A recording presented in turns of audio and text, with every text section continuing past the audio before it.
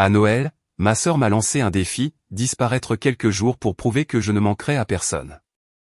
J'ai accepté et je me suis volatilisé. Mais ce qu'ils ignoraient tous, c'est que je m'appelle Thérèse Pélissier. Et quand ma sœur m'a regardé de l'autre côté de la table du dîner de Noël pour me dire « Je te mets au défi de disparaître quelques jours, tu verras que tu ne manqueras à personne », je n'ai pas pleuré. Je ne suis pas parti en claquant la porte. Je l'ai simplement regardé dans les yeux et j'ai dit « J'accepte ton défi ». La pièce est devenue silencieuse.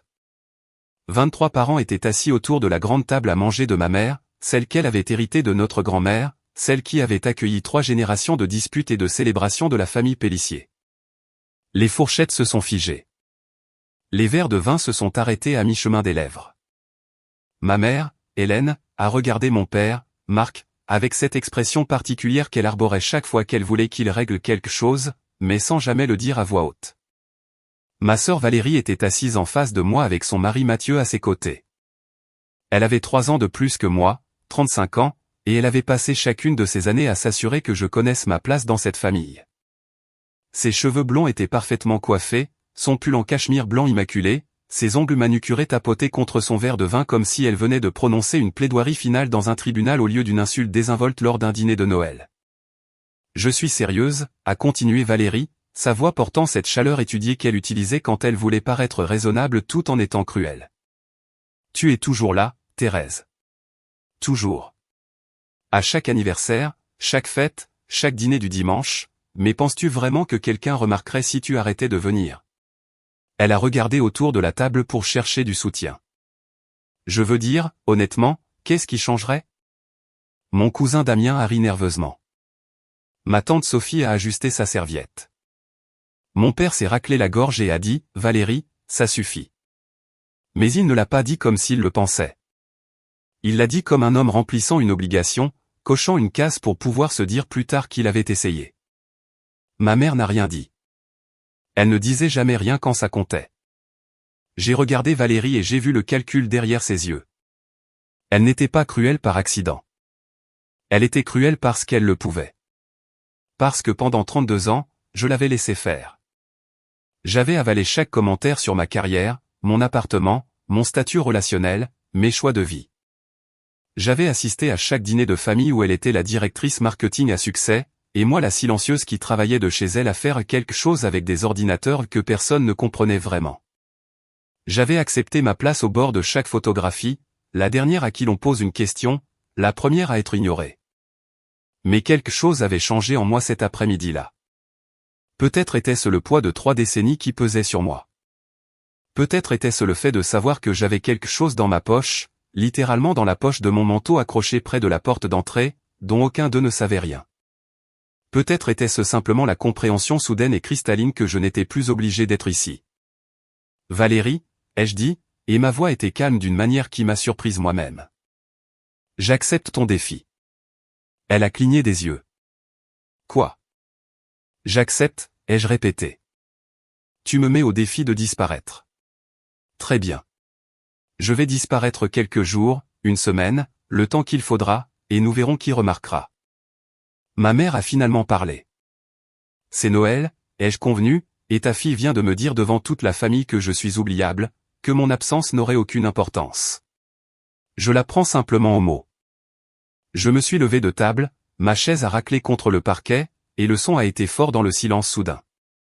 J'ai marché vers le hall d'entrée, j'ai pris mon manteau au porte-manteau et j'ai glissé ma main dans la poche. L'enveloppe était toujours là, épaisse, de couleur crème, scellée à la cire. Celle qui était arrivée il y a 3 jours d'un cabinet d'avocats dont je n'avais jamais entendu parler. Thérèse, la voix de mon père était plus tranchante maintenant. Vous avez fini de dîner, ai-je dit. Moi, j'ai fini de m'entendre dire que je ne compte pas. J'ai ouvert la porte d'entrée.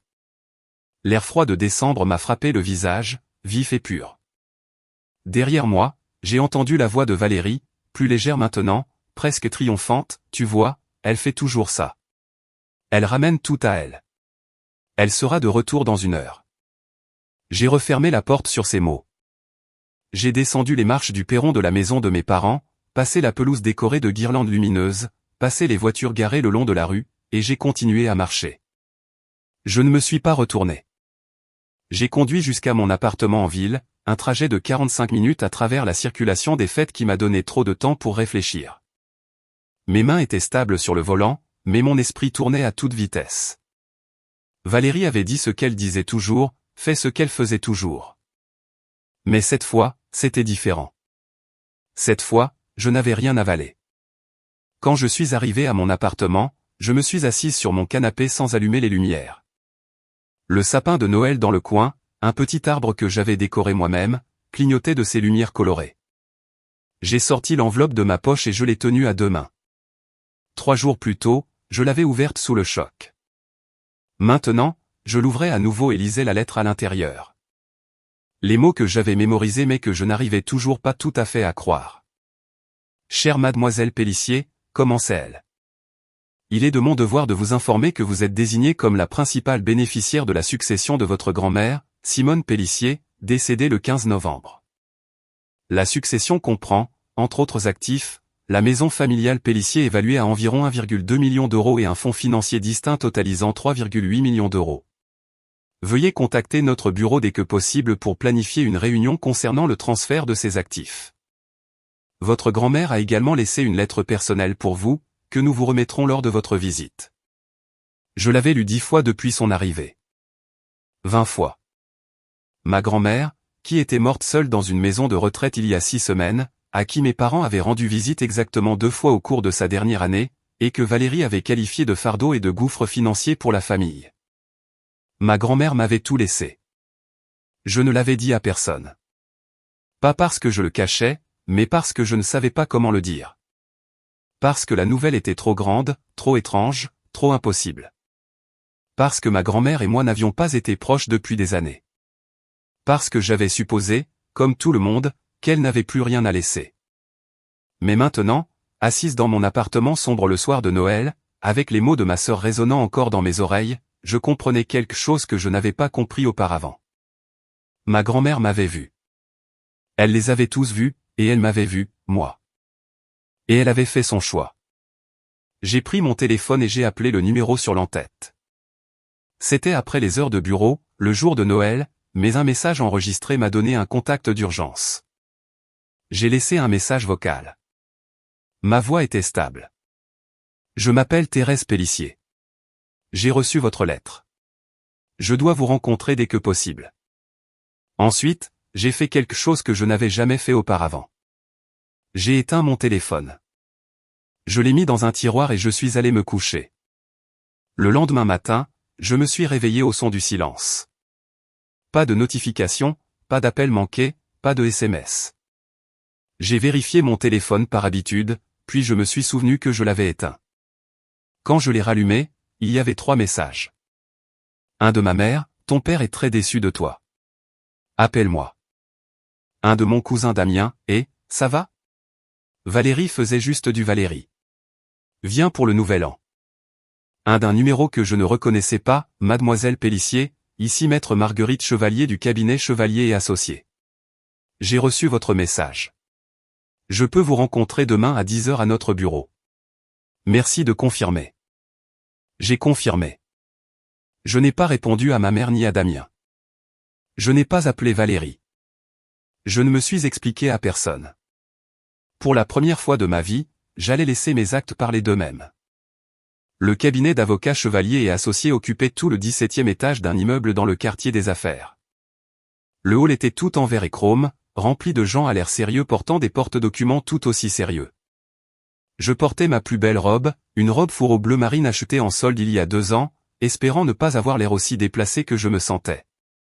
Marguerite Chevalier était une femme dans la soixantaine avec des cheveux argentés coupés en un carré strict et des lunettes de lecture suspendues à une chaîne autour de son cou. Elle m'a serré la main avec une poigne ferme et m'a indiqué une chaise en face de son bureau. Son bureau avait une vue sur la ligne d'horizon de la ville, le ciel gris de décembre pesant sur les bâtiments en contrebas. Mademoiselle Pélissier, dit-elle en s'asseyant. Merci d'être venue. Je suis désolée pour votre perte. Merci. Elle a ouvert un dossier épais sur son bureau. Votre grand-mère était une femme remarquable. J'ai travaillé avec elle pendant 20 ans. Elle était précise, intelligente, et elle avait une idée très claire de ce qu'elle voulait. J'ai hoché la tête, ne sachant pas trop quoi dire. Je ne savais même pas que ma grand-mère avait un avocat. Je ne savais pas grand-chose d'elle, en réalité. Saviez-vous que votre grand-mère a essayé de vous laisser quelque chose une fois auparavant, a demandé Marguerite. J'ai secoué la tête. Il y a 10 ans, elle a tenté de mettre en place un fonds éducatif pour vous. Elle voulait payer vos études supérieures, tout ce dont vous aviez besoin. Votre père est intervenu. Il l'a convaincu que vous n'aviez pas besoin d'argent, que vous n'étiez pas faite pour les études, et que les ressources de la famille devaient être concentrées sur Valérie, qui était déjà en école de commerce et montrait tant de promesses. Les mots sont tombés comme des pierres dans ma poitrine. Mon père avait fait ça. Mon père avait convaincu ma grand-mère de ne pas m'aider. Votre grand-mère était furieuse quand elle a découvert la vérité, a continué Marguerite. Mais à ce moment-là, il était trop tard. L'opportunité était passée. Elle m'a dit, Marc lui a pris ça. Il m'a pris ma chance de l'aider quand ça aurait le plus compté. Alors elle a attendu. Elle a planifié. Et quand elle a su qu'il ne lui restait plus beaucoup de temps, elle s'est assurée que rien ne pourrait plus vous être enlevé. Marguerite a glissé un document sur le bureau. Ceci est le trust. Il est irrévocable. Cela signifie que votre père ne peut pas y toucher, ne peut pas le contester, ne peut rien faire pour le changer. Votre grand-mère l'a structuré ainsi spécifiquement pour l'empêcher d'interférer. J'ai regardé le document. Les chiffres dansaient devant mes yeux. 3,8 millions d'euros. La maison de la rue des Aubépines, celle où ma grand-mère avait élevé mon père, où j'avais passé les après-midi d'été étant enfant, où Valérie avait un jour cassé un vase et m'avait accusé, et où j'avais été puni pour cela. Il y a plus, a dit Marguerite. Votre grand-mère vous a laissé une lettre. Elle m'a demandé de vous la remettre en main propre. Elle m'a tendu une enveloppe couleur crème avec mon nom écrit d'une écriture tremblante. Je l'ai ouverte avec précaution, consciente que Marguerite m'observait, consciente de mon propre cœur qui battait trop vite. Ma très chère Thérèse, commençait la lettre. Si tu lis ceci, c'est que Marguerite a fait son travail. Et que je suis parti. J'ai besoin que tu saches quelque chose que j'aurais dû te dire il y a des années. Tu as toujours été ma préférée. Pas parce que tu étais meilleure que Valérie, mais parce que tu étais plus gentille. Parce que tu t'asseyais avec moi dans le jardin quand personne d'autre ne le voulait. Parce que tu me posais des questions sur ma vie et que tu écoutais vraiment les réponses. Parce que tu étais la seule à me voir comme une personne et non comme une obligation. J'ai regardé ton père te prendre des choses. Je l'ai vu tout donner à Valérie et te laisser sans rien. J'aurais dû l'arrêter. J'étais trop faible, trop effrayé par le conflit, trop convaincu qu'il y aurait du temps plus tard. Il n'y a jamais assez de temps plus tard. Cet argent n'est pas un héritage. C'est une correction. C'est moi essayant de te rendre une partie de ce qui t'a été volé. Utilise-le comme tu en as besoin. Reprends tes études, lance une entreprise, voyage, achète une maison, ne fais rien. Cela m'est égal. Ce qui compte, c'est que tu saches que quelqu'un dans cette famille a vu ta valeur. Je l'ai vu. Je l'ai toujours vu. Ne les laisse plus te faire sentir petite. Thérèse, tu n'es pas petite. Tu ne l'as jamais été. Avec tout mon amour, grand-mère. J'ai plié la lettre soigneusement et l'ai mise dans mon sac à main. Mes mains tremblaient. Marguerite Chevalier me regardait avec des yeux bienveillants et ne disait rien. Il y a encore une chose, a-t-elle dit après un long moment. Votre grand-mère voulait que je vous dise quelque chose. Elle a dit, dites à Thérèse que le jardin l'attend. Savez-vous ce que cela signifie? J'ai hoché la tête, ne me faisant pas confiance pour parler. Le jardin. Le jardin de ma grand-mère derrière la maison de la rue des Aubépines. Celui qu'elle avait entretenu pendant 40 ans. Celui où je m'étais assise avec elle les après-midi d'été pendant qu'elle m'apprenait les noms des plantes, les secrets du sol et la patience nécessaire pour faire pousser quelque chose de beau à partir de rien. Elle avait toujours dit que le jardin serait le mien un jour. J'avais supposé que ce n'était que des paroles, le genre de choses que les grand-mères disent aux petits-enfants qu'elles aiment mais à qui elles ne peuvent rien donner concrètement. Mais elle était sérieuse. Elle était sérieuse pour tout. Marguerite Chevalier m'a raccompagné à l'ascenseur. Les fonds seront transférés sur vos comptes dans les 30 jours. La maison est déjà à vous. Nous avons juste besoin de déposer les documents. Si vous avez des questions, appelez-moi directement. Elle m'a tendu une carte de visite. J'ai descendu les 17 étages dans un état second. Le hall était toujours plein de gens sérieux, mais il n'avait plus d'importance. Rien de ce que ma famille ne m'avait jamais dit n'avait plus d'importance parce que ma grand-mère m'avait laissé la vérité. Et la vérité était que je n'étais pas invisible. Je n'avais jamais été invisible. Je m'étais juste tenu sous la mauvaise lumière. J'ai conduit jusqu'à chez moi à travers la ville, passant devant les décorations de Noël encore en place, les foules de clients et de touristes et les gens vaquant à leur vie ordinaire. Mon téléphone a vibré dans mon sac. Je l'ai ignoré. Il a vibré à nouveau. J'ai continué à conduire. Quand je suis arrivé à mon appartement, j'ai finalement vérifié les messages. 12 d'entre eux. La plupart de ma mère, 2 de Valérie, 1 de mon père. Le dernier de ma mère disait, « Thérèse, ton père est très contrarié. Valérie est contrariée. Nous sommes tous contrariés. Tu dois nous appeler et t'excuser d'avoir gâché Noël. C'est ridicule. » J'ai lu le message 3 fois. Puis je l'ai supprimé. Je les ai tous supprimés. J'ai éteint mon téléphone et les remis dans le tiroir. Pour la première fois en 32 ans, j'allais les laisser attendre.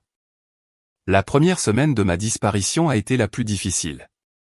Pas parce que ma famille me manquait, mais parce que je devais apprendre à arrêter d'attendre qu'ils remarquent mon départ. Je suis resté dans mon appartement pendant 3 jours d'affilée. J'ai commandé mes courses en ligne. J'ai répondu aux emails de mes clients, ce travail de conception web freelance qui payait mes factures et que ma famille rejetait comme n'étant pas un vrai travail. J'ai lu la lettre de ma grand-mère tant de fois que j'en ai mémorisé chaque mot. Le 4e jour, j'ai conduit jusqu'à la rue des Aubépines. La maison était une bâtisse bourgeoise peinte d'un ocre doux, avec un perron enveloppant, une tourelle à un angle et un jardin qui s'étendait sur toute l'arrière-cour. Je n'étais pas venu ici depuis 5 ans. Pas depuis que la santé de ma grand-mère avait décliné et que mes parents l'avaient placée en maison de retraite. Le jardin était en friche. Les parterres de fleurs étouffées par les mauvaises herbes. Les rosiers non taillés et sauvages. Je me suis assise sur les marches du perron arrière et je les regardais. C'était à moi maintenant. Tout ça. La maison, le jardin, les souvenirs. Je pouvais la vendre. Je pouvais y vivre. Je pouvais la brûler si je le voulais. C'était à moi. Mon téléphone était toujours éteint dans un tiroir de mon appartement. Je ne l'avais pas vérifié depuis 4 jours. Je n'avais aucune idée si quelqu'un avait remarqué que j'étais parti.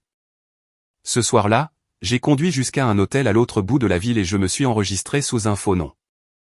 J'ai payé en espèces. Je me disais que j'étais paranoïaque. Je me disais que ma famille ne viendrait pas vraiment me chercher. Mais j'avais appris quelque chose de la lettre de ma grand-mère, quelque chose que je n'avais pas pleinement compris auparavant. Mon père m'avait volé. Il m'avait pris ma chance d'avoir une éducation, l'aide de ma grand-mère, mon avenir. Et il l'avait fait tranquillement, méthodiquement, sans que personne ne le sache jamais. S'il pouvait faire ça, que pouvait-il faire d'autre? J'ai appelé Marguerite Chevalier le lendemain matin.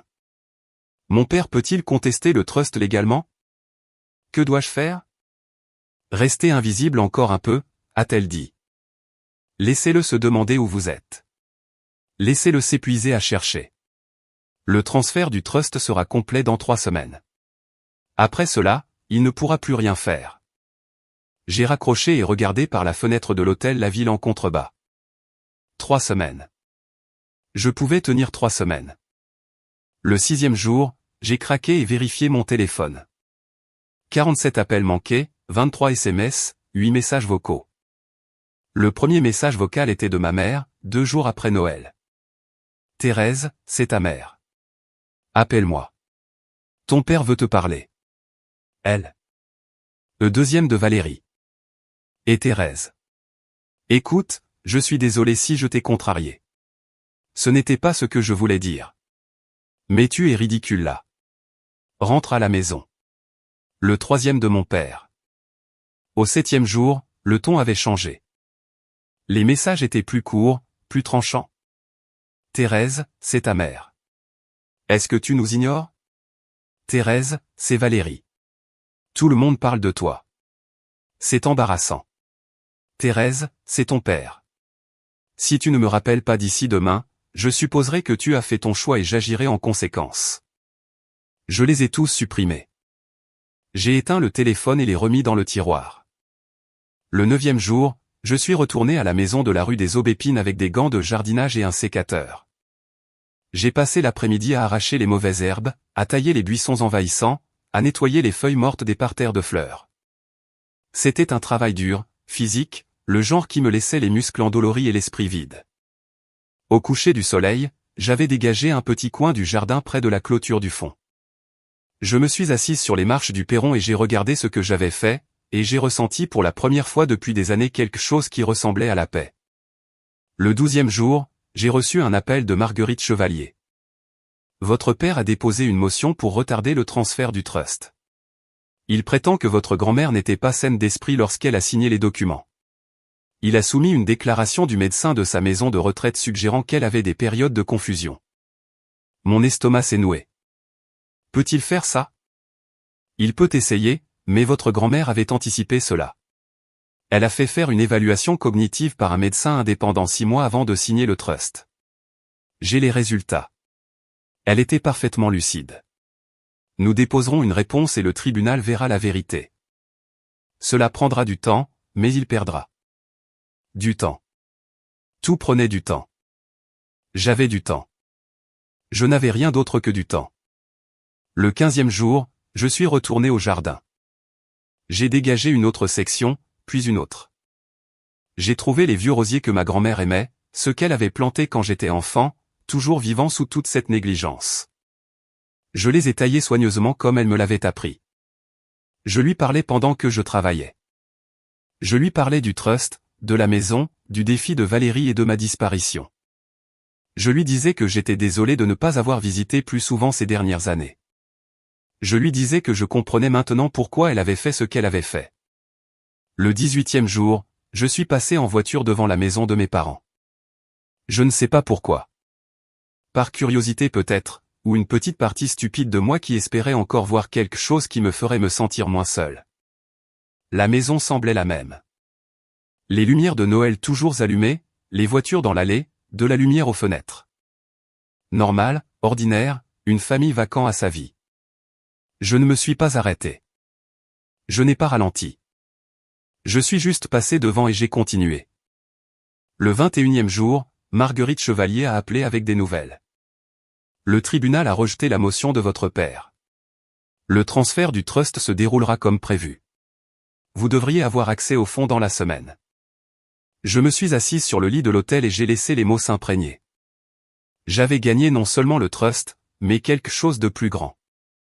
J'avais gagné le droit d'exister selon mes propres termes, sans leur permission, sans leur approbation, sans leur pitié ou leur cruauté, ni leur rejet désinvolte.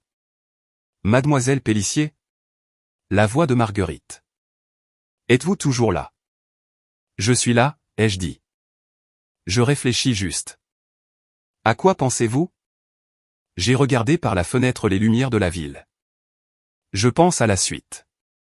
J'ai emménagé dans la maison de la rue des Aubépines le 15 janvier, 3 semaines après avoir quitté le dîner de Noël.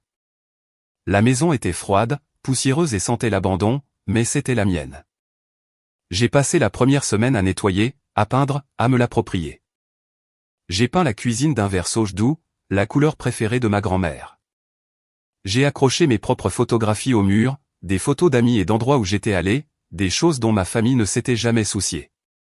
J'ai transformé la chambre d'amis en bureau, mon bureau, d'où je gérerais mon activité de freelance, et peut-être plus tard quelque chose de plus. Je n'avais encore dit à personne où j'étais. Mon téléphone restait éteint dans un tiroir. Ma boîte de réception de mai se remplissait de messages que je ne lisais pas. Ma mère laissait des messages vocaux que je supprimais sans les écouter. Mon père a envoyé une lettre, formelle et froide, exigeant que je le contacte immédiatement concernant les affaires familiales. Je l'ai jeté à la poubelle. Valérie n'a pas essayé de me contacter du tout après cette première semaine. Je ne savais pas si c'était du soulagement, de la résignation ou toute autre chose. Je ne m'en souciais pas assez pour me poser la question. Le 20 janvier, je suis allé à la maison de retraite où ma grand-mère avait passé ces derniers mois. Je n'étais pas revenu ici depuis ses funérailles. Le bâtiment était beige et institutionnel, le genre d'endroit conçu pour être oubliable. J'ai demandé à voir les dossiers, ceux que mon père avait utilisés dans sa motion. L'administratrice, une femme à l'air fatigué nommée Patricia, a hésité jusqu'à ce que je lui montre l'acte de propriété de la maison et les documents du trust. Elle parlait de vous, a dit Patricia en sortant les dossiers. Votre grand-mère, elle parlait beaucoup de vous. Chaque fois que je la voyais, elle disait, ma petite fille Thérèse va bientôt venir me rendre visite. C'est elle qui comprend le jardin. Patricia m'a tendu un dossier. Elle était fière de vous. J'ai pris le dossier et me suis assise dans la salle d'attente vide pour lire les archives. Notes du médecin, rapports infirmiers, journaux de médicaments, et là, au milieu, une simple feuille de papier que je n'attendais pas. Une lettre manuscrite de ma grand-mère, datée de 2 semaines avant sa mort, adressée à moi, mais jamais envoyée. Ma très chère Thérèse, j'écris ceci parce que je ne sais pas si je te reverrai. Les infirmières ici sont gentilles, mais ce n'est pas la famille. Ton père n'est pas venu depuis 3 mois. Valérie n'est jamais venue. Ta mère envoie des cartes pour les fêtes, celles avec des signatures imprimées. Mais toi, tu m'appelais 2 fois par semaine. Tu m'envoyais des photos de ton appartement, de ton travail, de ta vie. Tu me posais des questions et écoutais les réponses. Tu me faisais sentir que je comptais encore. Je suis désolé de ne pas avoir pu te le dire en personne. Je suis désolé de ne pas m'être battu plus fort pour toi quand cela aurait fait une différence. Je suis désolé pour toutes les années où j'ai laissé ton père te prendre des choses. Mais je ne suis pas désolé de te laisser tout. C'est la seule chose dont je suis sûr. Tu le mérites. Tu mérites tellement plus que ce que cette famille t'a jamais donné. Construis quelque chose de beau, Thérèse. Plante un jardin. Fais pousser des choses. Sois heureuse. C'est tout ce que j'ai jamais voulu pour toi. Avec tout mon amour, grand-mère. J'ai plié la lettre soigneusement et l'ai mise dans mon sac à main à côté de la première. 2 lettres, 2 preuves que j'avais été vu, que j'avais compté. J'ai conduit jusqu'à la maison à travers l'après-midi gris de janvier et je me suis assise dans le jardin de ma grand-mère, mon jardin maintenant, et j'ai pleuré. Pas de tristesse, pas exactement. De soulagement. Du relâchement de 30 ans à retenir mon souffle, à attendre que quelqu'un remarque que j'étais là. Le lendemain matin, j'ai allumé mon téléphone pour la première fois en 1 mois.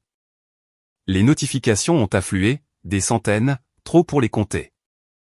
J'ai fait défiler sans lire, supprimant au fur et à mesure, jusqu'à ce que j'envoie une qui m'a arrêté.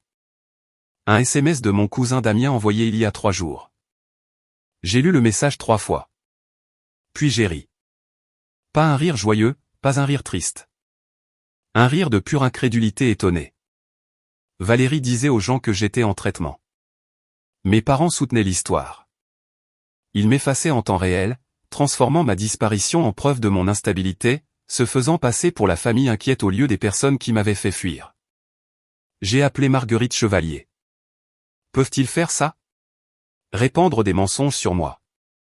Ils peuvent dire ce qu'ils veulent, a-t-elle répondu. La question est de savoir si vous voulez les arrêter. Vous pourriez les poursuivre pour diffamation. Vous pourriez envoyer une mise en demeure. Vous pourriez vous présenter à la prochaine réunion de famille et les laisser s'expliquer devant tous ceux qui ont entendu les rumeurs. J'y ai pensé. J'ai pensé à entrer dans la maison de ma mère, au milieu d'un autre dîner de famille, et à regarder leur visage lorsqu'ils réaliseraient que je n'étais pas brisé, pas en traitement, pas tout ce qu'ils avaient prétendu. Pas encore, ai-je dit. Laissez-les parler. Laissez-les construire leur histoire. Cela rendra la vérité d'autant plus satisfaisante quand elle éclatera enfin. Marguerite est restée silencieuse un instant. Votre grand-mère approuverait cette réponse. J'ai raccroché et regardé le jardin par la fenêtre. Les premiers signes du printemps commençaient à apparaître. De minuscules pousses vertes perçant le sol. De nouvelles choses qui poussaient, des choses que j'avais plantées. J'ai pensé à Valérie racontant à ses amis et collègues l'histoire de sa sœur instable. J'ai pensé à mon père, hochant la tête au récit, laissant les gens croire qu'il était la victime d'une fille qui avait perdu la tête. J'ai pensé à ma mère, silencieuse comme toujours, laissant les mensonges se répandre sans correction. Et j'ai pensé à ma grand-mère, qui avait passé des années à observer et à attendre, planifiant son coup si soigneusement que personne ne pouvait l'arrêter. J'étais sa petite fille. J'avais appris de la meilleure. J'ai pris mon téléphone et j'ai appelé Damien. Il a répondu à la deuxième sonnerie. Thérèse, oh mon Dieu, où es-tu? Tout le monde dit que tu es dans un hôpital quelque part. Est-ce que ça va? Je vais bien, Damien. Je vais mieux que bien. J'ai besoin que tu fasses quelque chose pour moi. N'importe quoi. Quoi? J'ai besoin que tu m'invites à la prochaine réunion de famille, mais ne dis à personne que je viens. Une pause. Thérèse, qu'est-ce que tu prépares? J'ai regardé le jardin, les pousses vertes perçant le sol. Je prévois de rentrer à la maison. L'invitation est arrivée 3 semaines plus tard. La fête d'anniversaire de Damien, le 15 mars, chez mes parents. La même maison que j'avais quittée il y a 3 mois. La même table à manger où Valérie m'avait mis au défi de disparaître. La même famille qui avait passé ces 3 mois à dire à tout le monde que j'étais instable, brisé, en traitement quelque part. J'ai répondu présente. Je n'ai prévenu personne d'autre que Damien. Dans les semaines précédant la fête, je me suis préparé, non pas avec colère, non pas avec des fantasmes de vengeance, mais avec la certitude froide et claire de quelqu'un qui comprenait enfin son propre pouvoir. Je suis allé faire du shopping, pas dans les magasins discount où j'achetais habituellement mes vêtements, mais dans les boutiques du centre-ville, celles où Valérie faisait ses achats. J'ai acheté une robe, bordeaux profond, élégante et sobre. J'ai acheté des chaussures qui coûtaient plus cher que mon ancien loyer mensuel. J'ai acheté un manteau, en vraie laine, qui me donnait l'air de quelqu'un qui avait sa place dans les salles de conseil plutôt que de quelqu'un qui travaillait de chez elle en jogging. Je n'ai pas fait ça pour les impressionner. Je l'ai fait parce que je le pouvais. Parce que pour la première fois de ma vie, j'avais de l'argent, du vrai argent, et je voulais savoir ce que ça faisait d'entrer dans une pièce sans se sentir petite. J'ai aussi préparé la vérité. J'ai imprimé des copies des documents du trust, les lettres de ma grand-mère, la décision de justice rejetant la motion de mon père. Je les ai mis dans un porte-documents en cuir, le genre que les cadres apportent aux réunions importantes. J'ai répété ce que je dirais, pas à voix haute, mais dans ma tête. Calme, stable, inébranlable. Damien m'a envoyé un SMS le matin de la fête. Tout le monde est là. Maman et papa demandent de tes nouvelles.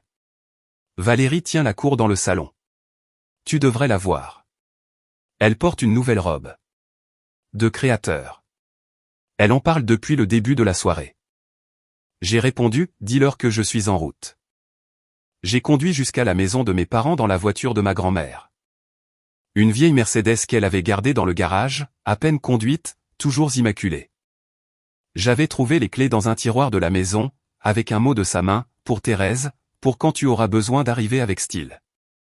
La maison ressemblait à ce qu'elle était à Noël. Lumière flamboyante, voitures alignées le long de la rue, le bruit des rires et des conversations dérivant dans la nuit froide de mars. Je me suis garé au bout du pâté de maison et je me suis assise un instant pour me ressaisir. Mon téléphone a vibré. Damien encore. Il commence à se demander si tu viens.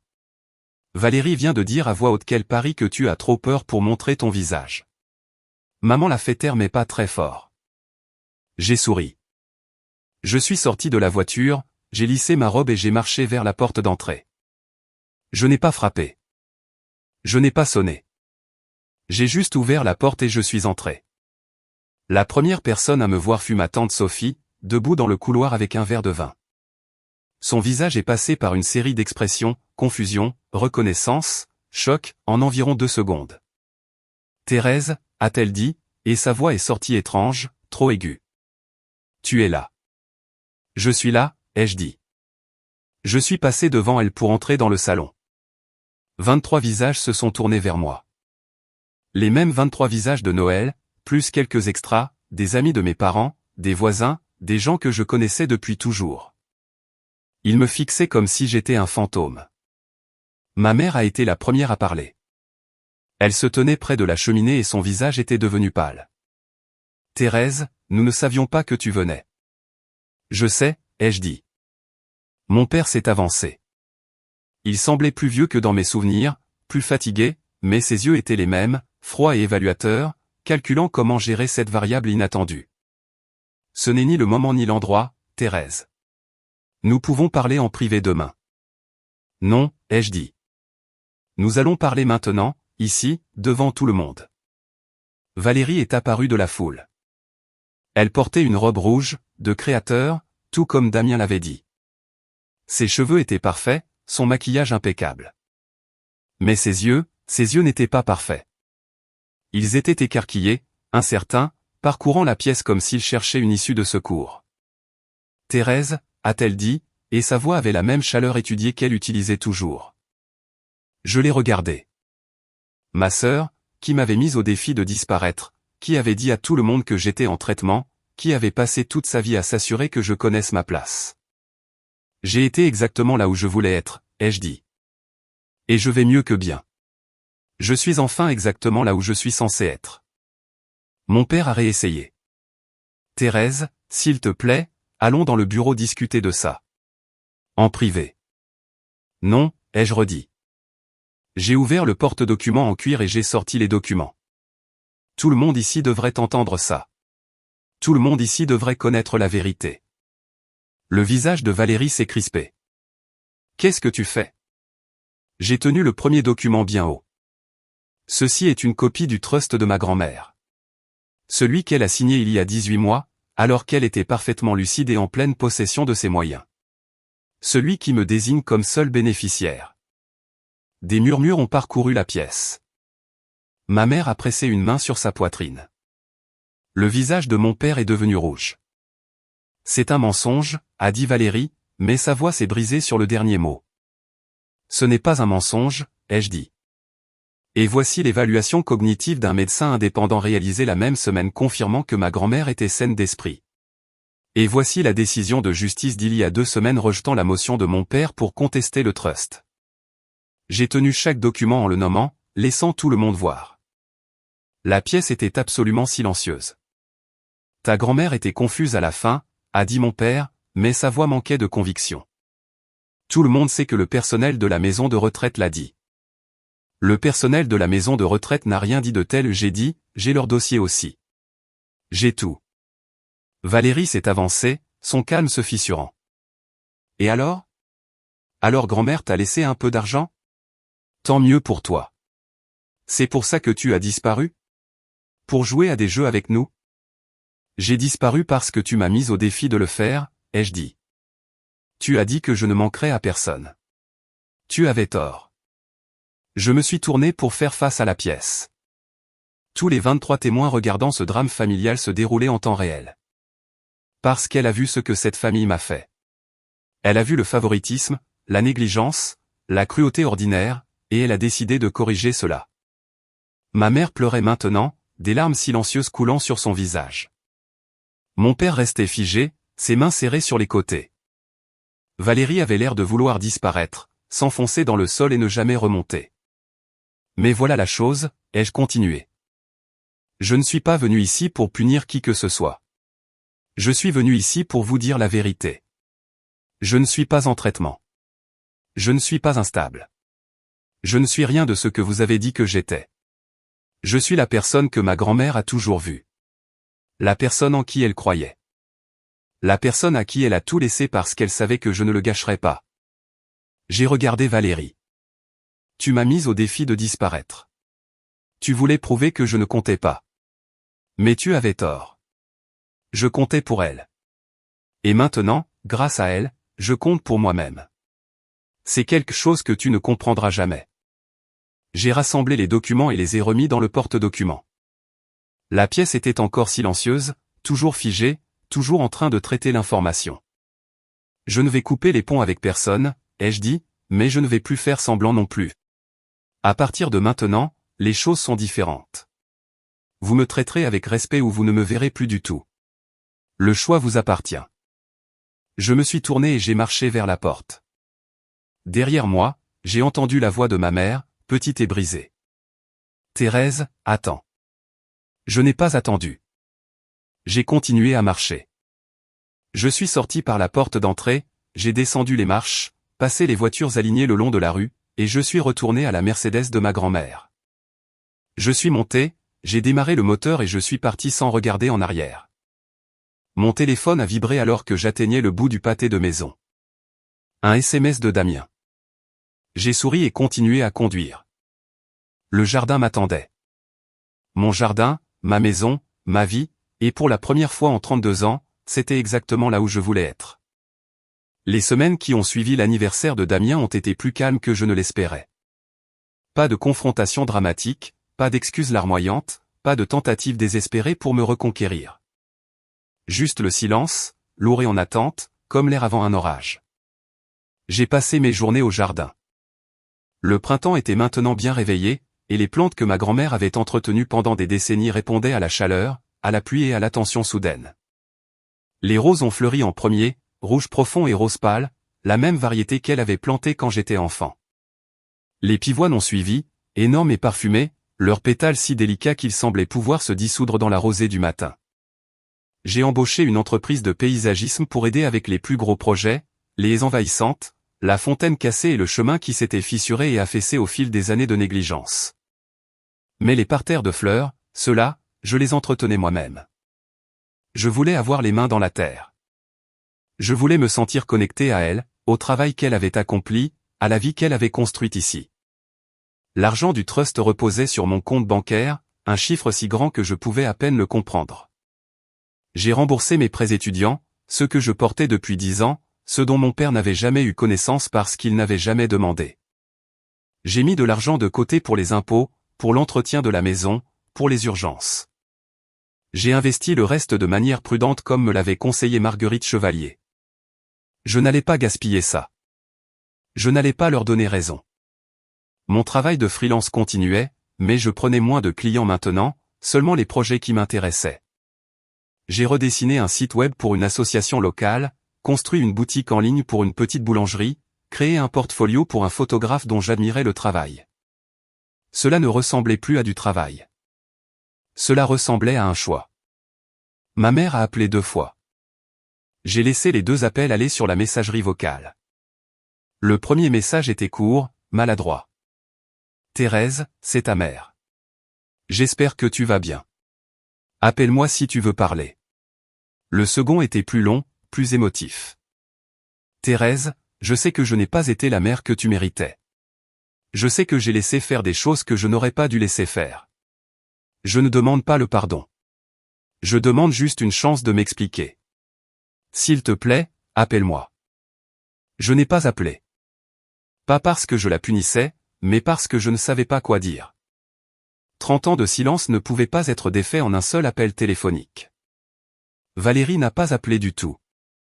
J'ai entendu par Damien qu'elle avait complètement cessé de parler de moi, qu'elle disait aux gens qu'elle ne voulait pas discuter de drames familiaux, qu'elle se concentrait sur sa carrière et son mariage.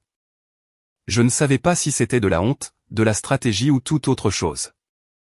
Je ne me souciais pas assez pour m'interroger. Mon père a envoyé une lettre, formelle, tapée sur le papier en tête de son bureau. Elle est arrivée dans une enveloppe épaisse avec une adresse de retour que je reconnaissais de mon enfance, des années où j'espérais encore son approbation. J'ai lu la lettre 3 fois. Puis je l'ai pliée soigneusement et je l'ai mise dans le tiroir avec les lettres de ma grand-mère. Je n'ai pas répondu. Je n'en avais pas besoin. La lettre n'était pas une excuse. C'était une négociation, une tentative de réinitialiser les termes de notre relation sans reconnaître ce qu'il avait fait. Il était toujours le même homme qu'il avait toujours été. Il me voulait juste de retour à ses conditions. Je ne revenais pas. En avril, j'ai embauché un entrepreneur pour rénover la cuisine. Ma grand-mère l'avait mise à jour dans les années 1980, et ça se voyait. J'ai choisi des armoires en bois chaud, des comptoirs en marbre, un grand évier de ferme où je pourrais laver la terre de mes mains après le jardinage. J'ai travaillé avec le designer moi-même, prenant des décisions, signant des chèques, regardant ma vision devenir réalité. Les ouvriers arrivaient tous les matins à 8 heures. Je leur faisais du café, leur apportais le déjeuner de la boulangerie en bas de la rue. Ils m'appelaient Mademoiselle Pélissier, puis Thérèse, puis patronne. À la fin du projet, nous étions amis. Ils m'ont montré comment réparer des choses moi-même, comment reboucher des cloisons sèches, remplacer un robinet et mettre à niveau un placard.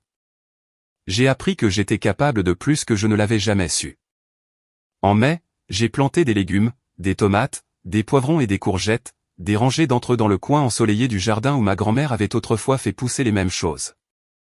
J'ai construit une petite clôture pour éloigner les lapins.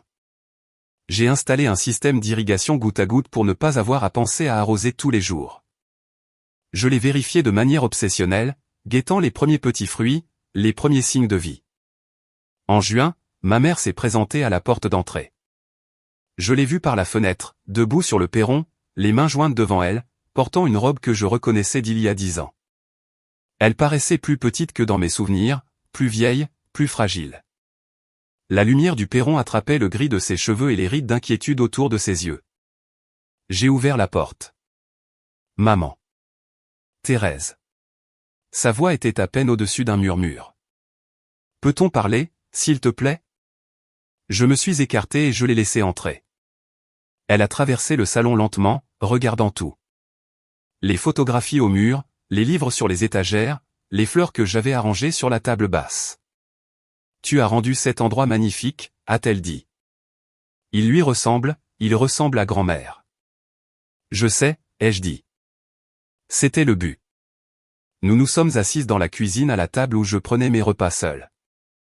J'ai fait du thé, le même genre que ma grand-mère buvait, et j'ai posé une tasse devant ma mère.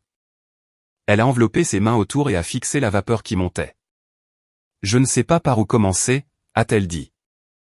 Commence par le début. Elle a hoché la tête lentement.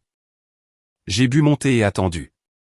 Il m'a fallu des années pour comprendre qu'être choisi par Marc signifiait renoncer à tout le reste. Mes opinions, mes amis, mon sens de moi-même.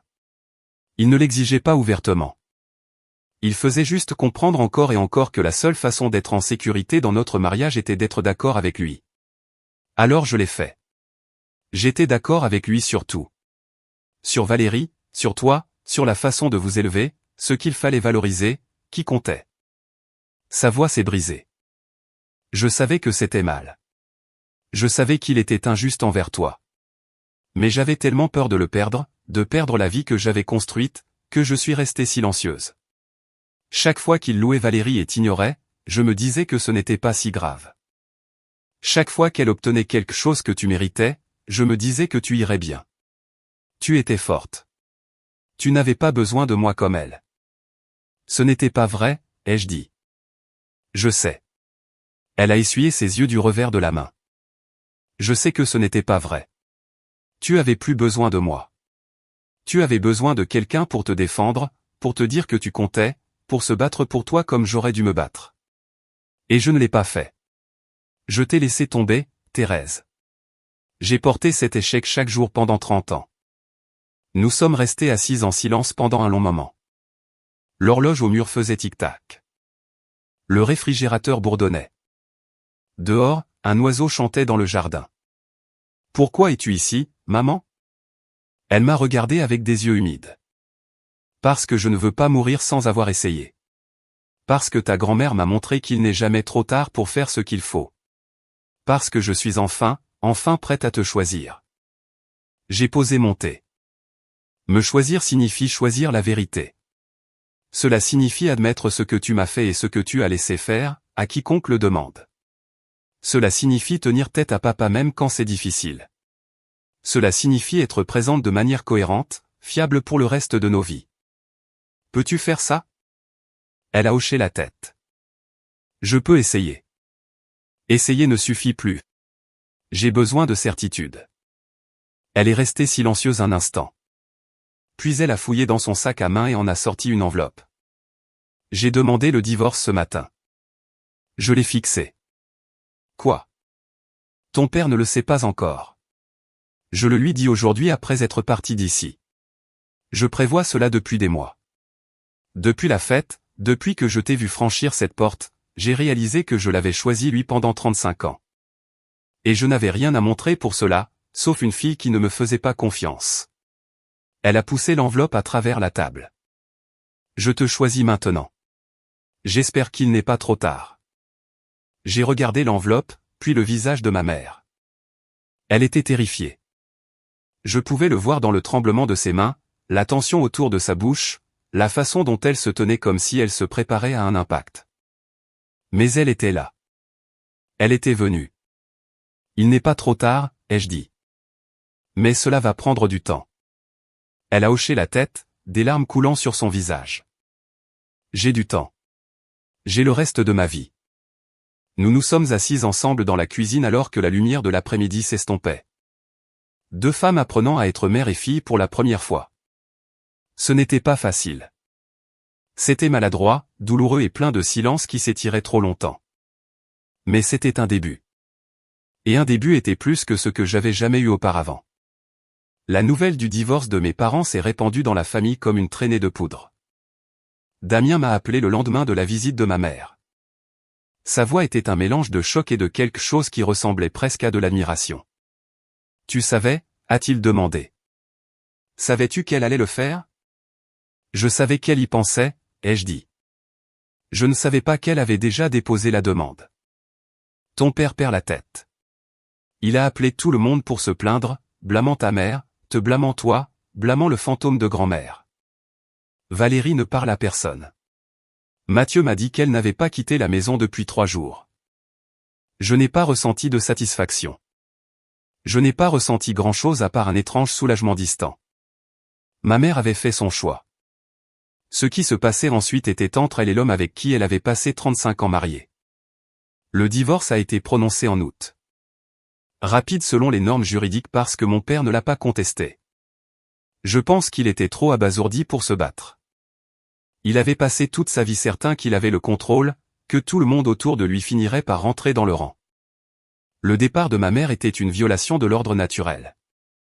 Il ne savait pas comment réagir. Il a emménagé dans un appartement en copropriété à l'autre bout de la ville, plus petit que la maison, plus calme. Il m'appelait une fois par semaine après que le divorce fut définitif. Je laissais aller sur la messagerie vocale. Son message était court, haché, la voix d'un homme qui ne savait pas s'excuser mais essayait quand même. « Thérèse, c'est ton père. Je sais que les choses ont été difficiles entre nous. J'aimerais parler si tu es disposé. Fais-moi savoir. » Je n'ai pas rappelé. Ma mère venait au jardin tous les dimanches. Nous travaillions ensemble pendant quelques heures, désherbant, taillant et plantant, puis nous nous asseyions sur le perron pour boire du thé et parler de petites choses au début, le temps, les plantes, les voisins. Puis de choses plus importantes, son enfance, son mariage, ses regrets. Elle m'a raconté le jour où ma grand-mère avait essayé de créer le fonds d'éducation. Comment mon père avait ragé contre cela, le qualifiant de gaspillage d'argent, insistant sur le fait que Valérie était celle qui avait du potentiel, que je ne l'utiliserais jamais correctement. Comment elle était restée là sans rien dire, le regardant détruire ma chance d'avoir une vie différente. Je pense à ce jour tout le temps, a-t-elle dit. Si j'avais parlé, si je lui avais dit qu'il avait tort, tout aurait pu être différent. Peut-être, ai-je dit. Ou peut-être qu'il aurait trouvé un autre moyen de le prendre. Grand-mère le pensait. C'est pourquoi elle a mis en place le trust comme elle l'a fait. Irrévocable, intouchable. Elle savait qu'il essaierait à nouveau. Ma mère a hoché la tête lentement. Elle était plus intelligente que nous tous. Elle a vu ce qui arrivait et elle s'y est préparée. J'aimerais avoir appris d'elle plus tôt. En septembre, je me suis inscrite à un programme de conception paysagère à temps partiel à l'université locale. Ce n'était pas un diplôme dont j'avais besoin, pas pour l'argent ou le statut ou quoi que ce soit que ma famille comprendrait. C'était quelque chose que je voulais, quelque chose pour moi. J'ai étudié la biologie végétale, la science des sols et les principes de conception. J'ai appris à créer des jardins qui n'étaient pas seulement beaux, mais durables, écologiquement sains, faits pour durer. Mon instructrice, une femme nommée Patricia, qui concevait des jardins depuis 40 ans, s'est intéressée à mon travail. Elle a visité le jardin de la rue des Aubépines et l'a parcouru lentement, touchant les feuilles des plantes, examinant le sol, hochant la tête pour elle-même. « Vous avez un don », a-t-elle dit. Cet espace se sent aimé. C'est quelque chose qu'on ne peut pas enseigner. C'était celui de ma grand-mère, ai-je dit. Je continue juste ce qu'elle a commencé. Bien. C'est exactement ce dont un jardin a besoin, quelqu'un pour continuer ce qui a été commencé. Elle m'a regardé avec des yeux perçants et connaisseurs. Vous devriez penser à faire cela professionnellement. Pas la conception web freelance. Ça. Vous êtes doué pour ça. L'idée est restée avec moi longtemps après son départ. Une entreprise de conception paysagère. Ma propre entreprise faisant un travail que j'aimais dans des espaces que je comprenais. C'était terrifiant, excitant et complètement, totalement à moi. En octobre, Valérie s'est présentée à la maison. J'étais dans le jardin quand j'ai entendu une portière de voiture claquer, puis des pas sur le chemin. J'ai levé les yeux et elle était là, ma sœur, debout au bord des parterres de fleurs en jean de créateur et pull crème, semblant complètement déplacée parmi la terre et les plantes. Thérèse, sa voix était prudente, contrôlée. Peut-on parler? Je me suis levé lentement, essuyant mes mains sur mon tablier de jardinage. Qu'est-ce que tu veux, Valérie? Elle a hésité. Je n'avais jamais vu ma sœur hésiter auparavant. Elle savait toujours exactement quoi dire, exactement comment jouer n'importe quelle situation. Mais ici, dans mon jardin, elle avait l'air perdue. Je veux m'excuser, a-t-elle dit. Les mots sont restés suspendus dans l'air entre nous, étranges et inattendus. Pourquoi exactement? Pour tout. Elle a fait un pas de plus. Pour la façon dont je t'ai traité en grandissant. Pour Noël, pour t'avoir mis au défi de partir, pour avoir dit à tout le monde que tu étais en traitement, pour avoir été l'enfant prodige et l'avoir utilisé pour te faire sentir petite, pour tout ça. J'ai attendu. Il devait y avoir plus. Il y avait toujours plus avec Valérie. Elle a pris une inspiration. Je ne suis pas venu ici parce que je veux quelque chose de toi. Je suis venu parce que j'ai passé les 6 derniers mois à regarder ma vie s'effondrer et je comprends enfin pourquoi papa est seul. Maman l'a quitté. Mathieu et moi nous parlons à peine. Mes amis me regardent différemment maintenant, comme s'ils attendaient que je fasse quelque chose de cruel. Et j'ai réalisé, finalement, que j'ai construit ça. Je l'ai construit sur le fait d'être meilleur que toi, d'avoir plus que toi. Sur le fait de m'assurer que tout le monde savait que j'étais celle qui réussissait et toi l'échec. Mais tu n'es pas l'échec. C'est moi. Sa voix s'est brisée sur le dernier mot. Je l'ai fixé. Cette femme qui avait été mon antagoniste pendant 3 décennies et j'ai vu quelque chose que je n'avais jamais vu auparavant.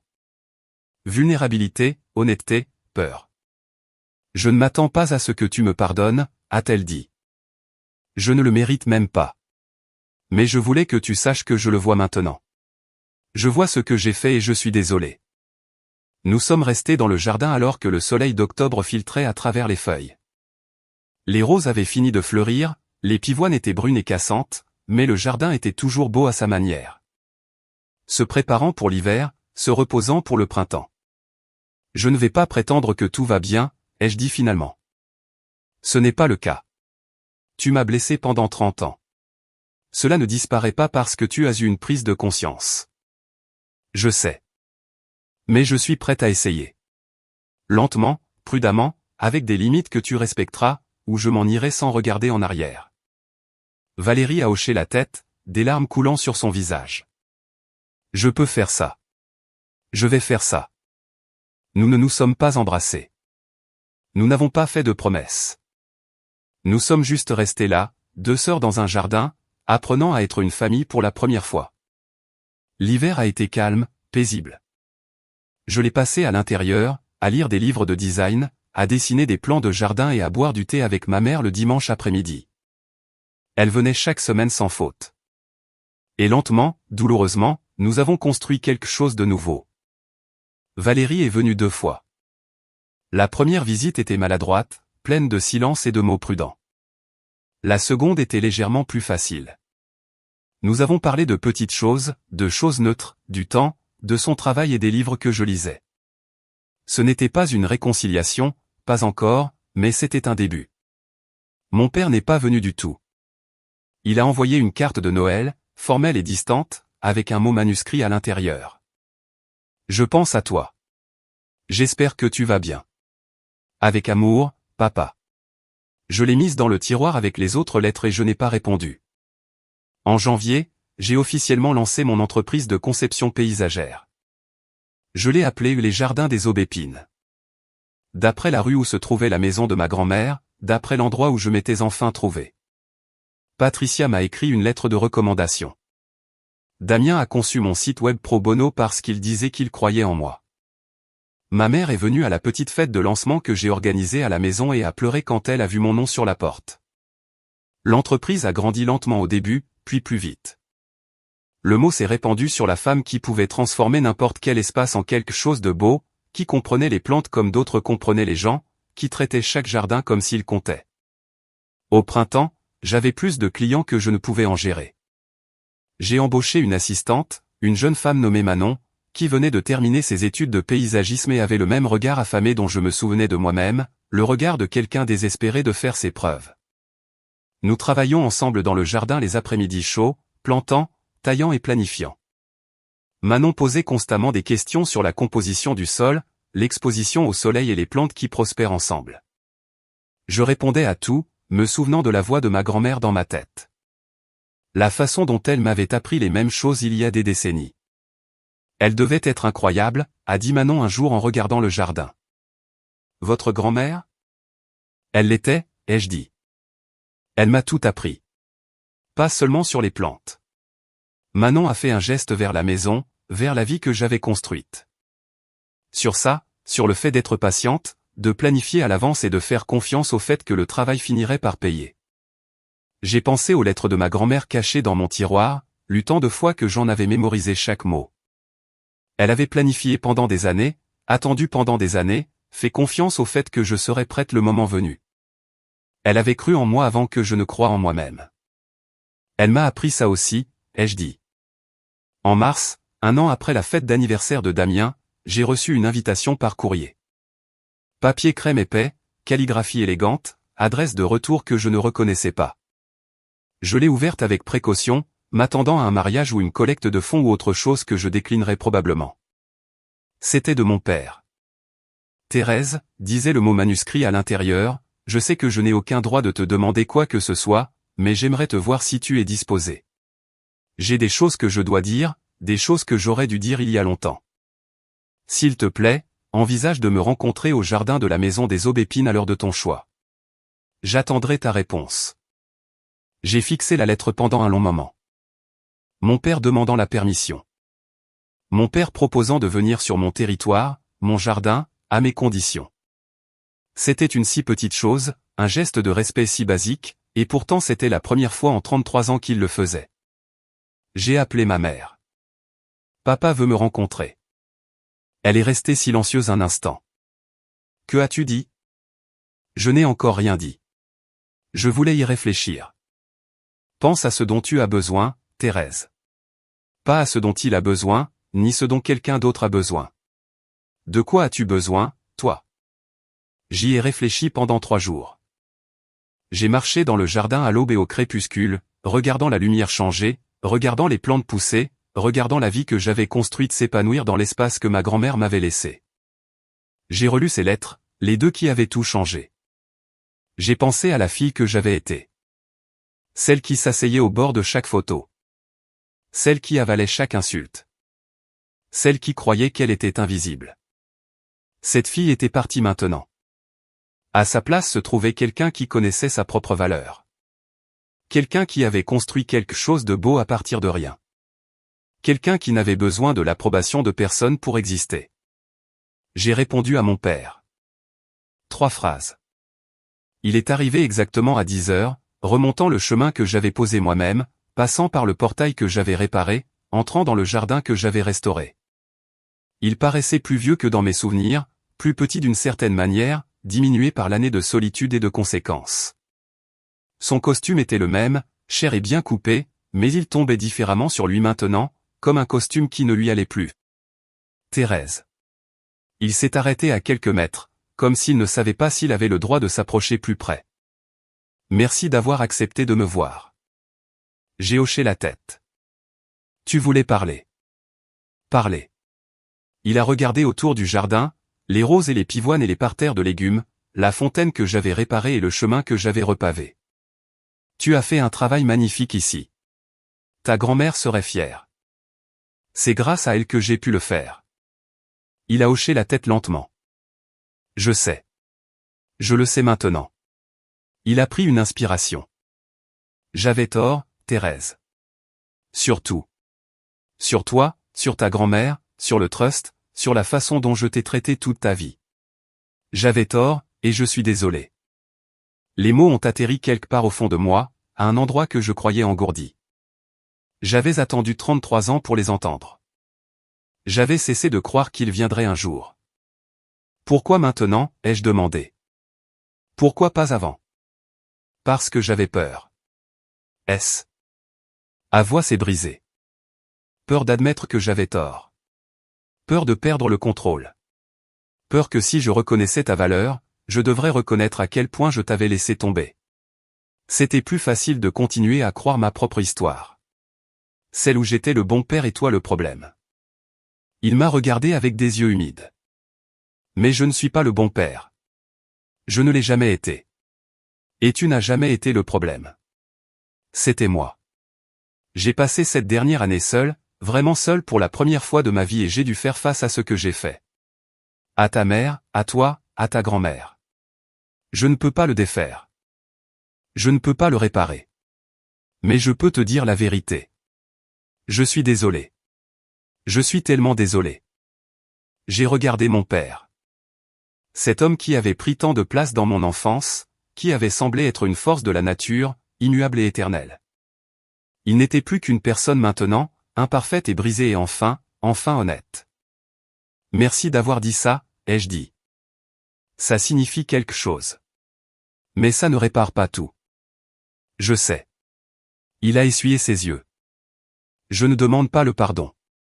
Je demande une chance, une petite, d'être dans ta vie, quelle que soit la façon dont tu m'accepteras. À tes conditions, toujours à tes conditions. J'ai pensé à ma grand-mère, à sa patience, aux années qu'elle avait attendu le bon moment. J'ai pensé au jardin, à la façon dont les choses poussaient lentement, les racines d'abord, puis les tiges, puis les feuilles, puis les fleurs. Rien de bon n'arrivait vite.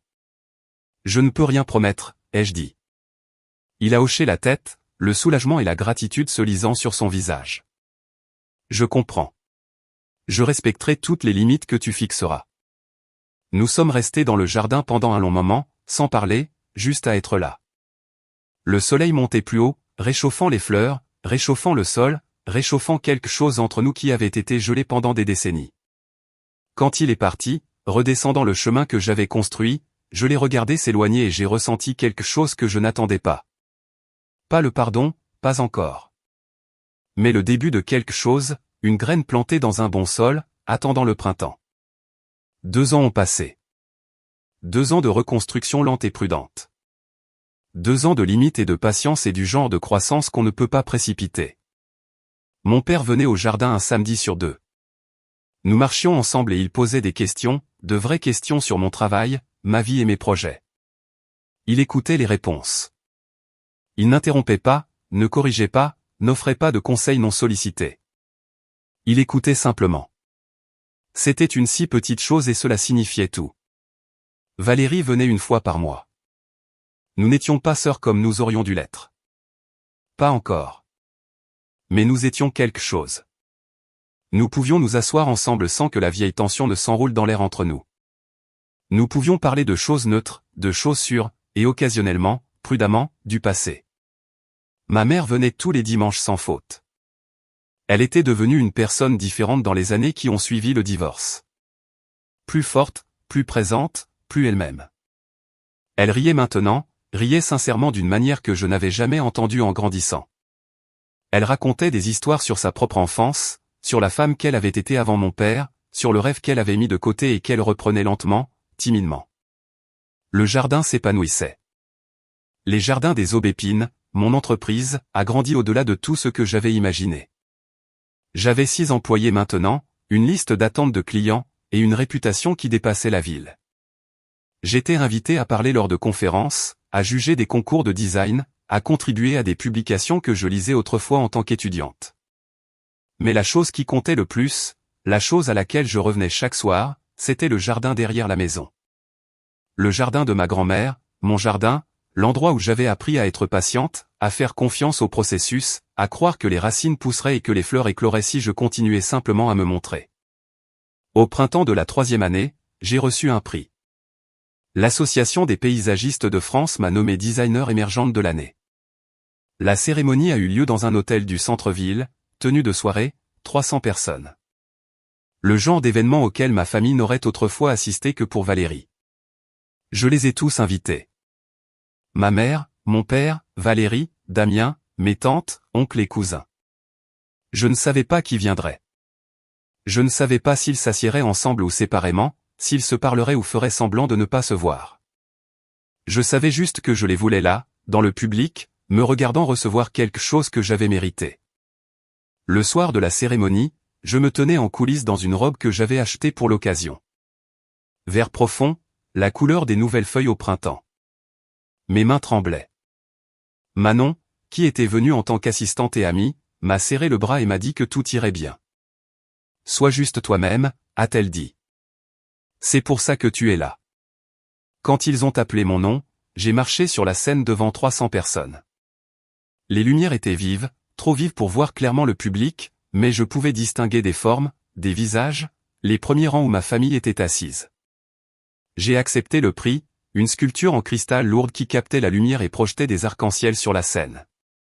Je me suis avancé vers le micro et j'ai regardé la foule. Merci, ai-je dit. Je ne suis pas arrivé ici seul. J'ai eu de l'aide. J'ai eu des gens qui croyaient en moi avant que je ne croie en moi-même. J'ai regardé vers le premier rang où je pouvais juste distinguer le visage de ma mère mouillé de larmes. Ma grand-mère était l'une de ces personnes. Elle m'a laissé plus que de l'argent et une maison. Elle m'a laissé la preuve que j'étais vu, que je comptais, que je valais la peine qu'on investisse en moi. Ce cadeau a changé ma vie. J'ai fait une pause, me ressaisissant. J'ai aussi eu des gens qui ne croyaient pas en moi. Des gens qui m'ont dit directement et indirectement que je n'étais pas assez, que je ne serais jamais assez. Je pensais qu'ils avaient raison. Je pensais que mon travail était de me faire petite, de prendre moins de place, d'accepter les miettes d'attention et d'affection qui venaient vers moi. La foule était silencieuse, écoutant. J'avais tort. Je n'ai jamais été le problème. Le problème était un système familial qui apprenait à certains d'entre nous que nous étions en or et à d'autres que nous étions invisibles. Il m'a fallu 32 ans pour apprendre ça. Il a fallu tout perdre pour me trouver. J'ai regardé le public, les formes que je ne pouvais pas tout à fait voir, les gens qui étaient venus me célébrer. J'apprends encore. Chaque jour, j'apprends. Mais je sais ceci maintenant, je suis assez. J'ai toujours été assez. Et s'il y a quelqu'un ce soir qui se sent invisible, qui a l'impression de ne pas compter, qui a l'impression qu'il ne sera jamais vu, je veux que vous m'entendiez. Vous êtes assez. Vous avez toujours été assez. Ne laissez personne vous dire le contraire. Les applaudissements ont été tonitruants. Je suis resté là, tenant mon prix, et je les ai laissés me submerger. Après, dans la salle de réception, ma famille m'a trouvé. Ma mère m'a serré dans ses bras la première, fort et farouchement. Je suis si fière de toi, a-t-elle chuchoté. Ta grand-mère serait si fière. Mon père se tenait derrière elle, maladroit et incertain. Quand ma mère a reculé, il s'est approché lentement comme s'il s'approchait de quelque chose de sacré. Thérèse, a-t-il dit, c'était magnifique. Tu es magnifique. Je suis désolé qu'il m'ait fallu si longtemps pour le voir. J'ai regardé mon père, cet homme qui avait causé tant de douleur, qui avait passé tant d'années aveugle à ma valeur. Il essayait. C'était tout ce que je pouvais demander. Merci d'être venu, ai-je dit. Valérie est apparue à son coude. Elle pleurait. De vraies larmes, pas le genre performatif qu'elle avait porté pendant tant d'années. Je suis si fière de toi, a-t-elle dit. Je sais que je n'ai pas le droit de dire ça, mais je le suis. J'ai tendu la main et j'ai pris la sienne. Tu as le droit. Nous y travaillons. C'est ce qui compte. Damien est apparu avec une coupe de champagne pour chacun de nous. Ma mère a ri, ce rire sincère que j'avais appris à aimer. Mon père se tenait sur le côté, regardant, apprenant sa nouvelle place dans cette famille qui se reconstruisait lentement, douloureusement, magnifiquement. Et au centre de tout cela, je me tenais avec mon prix, mes proches et ma vie. Enfin, pleinement, complètement la mienne. Cela fait 5 ans que j'ai quitté ce dîner de Noël. 5 ans que ma sœur m'a mise au défi de disparaître et que j'ai accepté son défi. 5 ans que j'ai appris que je n'étais pas invisible, que je n'avais jamais été invisible, que je m'étais juste tenu sous la mauvaise lumière. J'ai 37 ans maintenant. Les jardins des Aubépines emploient 12 personnes et a un bureau dans un entrepôt converti dans le quartier des Arts. Nous concevons des paysages pour des maisons, des entreprises et des espaces publics. Créant de la beauté dans des endroits qui avaient oublié qu'ils pouvaient être beaux. Je fais encore le travail moi-même parfois. Mettre mes mains dans la terre. Me rappeler pourquoi j'ai commencé. Le jardin derrière la maison de la rue des Aubépines est célèbre dans le quartier. Les gens passent juste pour le regarder, pour voir ce qui fleurit, pour apercevoir la femme qui l'entretient. Cela ne me dérange pas. J'aime savoir que la beauté que ma grand-mère a plantée continue de grandir, de se répandre, de toucher des gens qu'elle n'a jamais rencontrés. Ma mère vient tous les dimanches, comme toujours. Elle a les cheveux gris maintenant, des rides de rire et un petit appartement à elle où elle peint des aquarelles et accueille des réunions de club de lecture. Elle me dit qu'elle est plus heureuse qu'elle ne l'a jamais été. Je la crois. Mon père vient un samedi sur 2. Il s'est adouci d'une manière que je n'aurais jamais cru possible. Il fait du bénévolat dans un jardin communautaire, apprenant aux enfants comment planter des légumes, comment être patient, comment regarder les choses pousser. Il me dit que c'est le travail le plus significatif qu'il ait jamais fait. Je le crois aussi. Valérie et moi dînons ensemble une fois par mois. Nous ne sommes pas proches comme certaines sœurs le sont, celles qui finissent les phrases de l'autre et partagent leurs vêtements. Mais nous sommes quelque chose. Nous apprenons. Elle me parle de son travail, de son mariage, de ses luttes. J'écoute. Je lui parle des miens. Elle écoute en retour. Ce n'est pas parfait. C'est réel. Damien est toujours mon cousin préféré. Il vient au jardin les week-ends d'été avec ses enfants, maintenant assez grands pour aider au désherbage. Il m'appelle tante Thérèse et pose des questions sans fin sur les plantes. Je réponds à tout, me souvenant d'un autre jardin, d'un autre professeur, d'une autre fille apprenant à grandir. Les lettres de ma grand-mère sont toujours dans mon tiroir, usées à force d'être lues. Je les sors parfois lors de soirées calmes et je les relis. Les mots ne changent jamais, mais moi si. Chaque fois que je les lis, je suis quelqu'un de nouveau, quelqu'un qui a grandi un peu plus, appris un peu plus, est devenu un peu plus elle-même. Je sais maintenant ce que ma grand-mère essayait de me dire. Ce n'était pas à propos de l'argent. Il n'a jamais été question d'argent. Il s'agissait d'être vu. Il s'agissait d'avoir quelqu'un dans son coin, quelqu'un qui croyait en vous si complètement qu'il planifiait votre avenir même quand il ne serait plus là pour le voir. Il s'agissait d'héritage, pas de richesse, mais d'amour. Le jardin m'a appris que les racines poussent profondément, invisibles pendant des années avant que la première fleur n'apparaisse. Le travail se fait dans l'obscurité, dans le silence, dans l'accumulation patiente de force. Et puis un jour, sans avertissement, la floraison arrive et tous ceux qui la voient pensent que c'est arrivé du jour au lendemain. Ils ne savent pas les années de préparation, les soins silencieux, la foi que quelque chose de beau arrivait. C'est ce que ma grand-mère m'a donné. Pas de l'argent. De la foi. La foi que je valais la peine d'attendre. La foi que je fleurirais quand je serais prête. La foi que le jardin prospérerait si je continuais simplement à l'entretenir. Elle avait raison. Le jardin prospère. Je prospère.